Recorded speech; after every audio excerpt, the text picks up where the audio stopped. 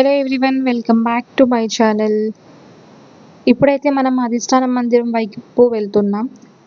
అధిష్టానం మందిరంకి వెళ్ళే దారిలో మనకి ఇక్కడ చక్కటి లక్ష్మీ అమ్మవారు గజలక్ష్మిగా మనకు దర్శనం ఇస్తున్నారు. అండ్ మీరు చుట్టుప్రక్కల మొత్తం చూడొచ్చు. చాలా చెట్లు అయితే ఉన్నాయి. చాలా రకాల చెట్లు, పూల చెట్లు కానివ్వండి, తర్వాత మామిడి పండు చెట్లు కానివ్వండి, ఇట్లాగా చాలా రకాల చెట్లు కూడా మనం ఇక్కడ ఎక్స్పీరియన్స్ చేయొచ్చు. అండ్ ఫస్ట్ మనకు అధిష్టాన మందిరంలో మలయాళ స్వామి ఉంటారండి. తర్వాత రైట్ సైడ్ అంటే మలయాళ స్వామికి రైట్ సైడ్లో విద్యానంద స్వామి వారి అధిష్టాన మందిరం, తర్వాత లెఫ్ట్ సైడ్లో విమలానంద స్వామి వారి అధిష్టాన మందిరం ఉంటుంది. అసలు నిజంగా ఈ అధిష్టాన మందిరంలో మీరు ఎక్స్పీరియన్స్ చేయాల్సింది ఏంటంటే, ధ్యానం చేసే వాళ్ళకి కానివ్వండి, ఎవరైతే స్ట్రెస్లో ఉన్నవాళ్ళు, తర్వాత టెన్షన్స్ ఉన్నవాళ్ళు ఈ అధిష్టాన మందిరంలో వచ్చి ధ్యానం చేసుకున్నా, లేదా ఒక 5 మినిట్స్ కళ్ళు మూసుకొని ప్రశాంతంగా కూర్చున్నా కూడా మీ మనసంతా చాలా హాయిగా అనిపిస్తుంది. అదేవిధంగా మీరు ఎంతటి పెయిన్ కానివ్వండి, కష్టం కానీ అనుభవిస్తున్నా కూడా మొత్తం పోతుందనే చెప్పాలి. నిజం చెప్పాలి అంటే అంత చక్కగా ప్రశాంతంగా ఉంటుంది ఈ ప్రదేశం అన్నది.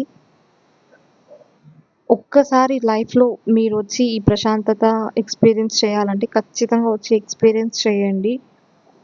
ఎందుకంటే అంత మంచి పాజిటివ్ వైబ్రేషన్ ఉంది ఈ ప్లేస్కి.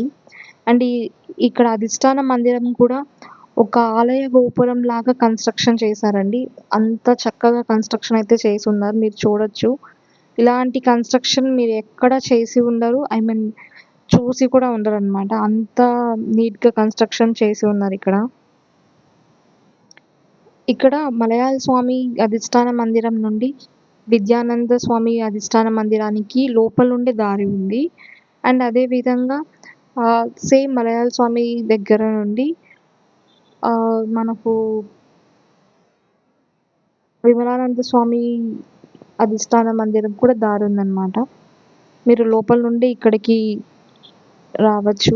యాక్చువల్లీ నేనైతే బయటకు వచ్చి ఇలాగా మీకు వీడియో చూపెడుతున్నాను. చాలా చక్కటి ప్రదేశం అనే చెప్పాలి. మనకు ఆశ్రమంలో ఎన్నో పాజిటివ్ వైబ్స్ అనేది వస్తాయండి. చుట్టుప్రక్కల వాతావరణం కూడా మనకు చాలా ప్రశాంతంగా ఉంటుంది.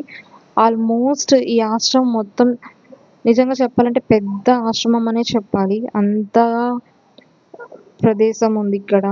అంతే పాజిటివ్ వైబ్రేషన్స్ కూడా ఉన్నాయి.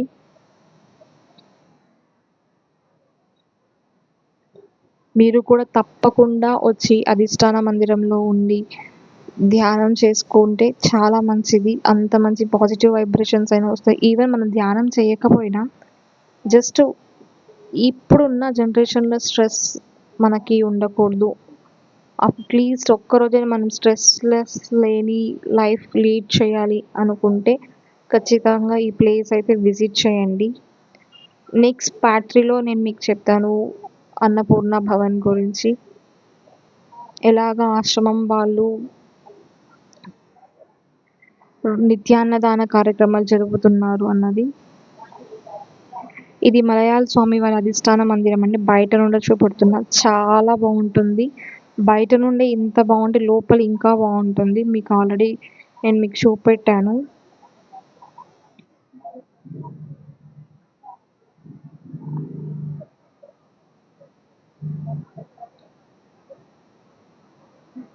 అంతే అండి ఈ వీడియో. Bye, take care.